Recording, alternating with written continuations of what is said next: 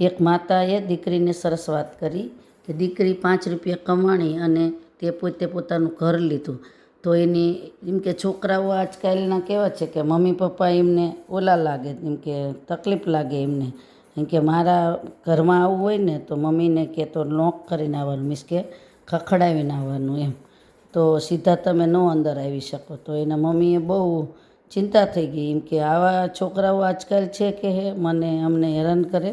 પછી એના મમ્મીને બહુ ચિંતા થઈને તો એના મમ્મીએ પોતે પોતાના ઘરે જવા તૈયાર થઈ ગઈ એમ કે હું અમારા ઘરે જતી રહું.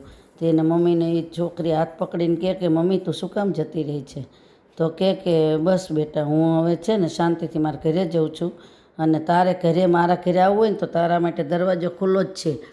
કેમ કે મેં એ કે અમારે ત્યાં તાર લોક નહીં કરવું પડે મીન્સ કે ખખડાવવું નહીં પડે તોય તું અંદર આવી શકીશ કે પણ કે હું જાતા જાતા કહું છું કે મેં તારા માટે છે ને ભીંડાની સબ્જી અને એવું બનાવી તું બહાર બહુ ન ખાતી.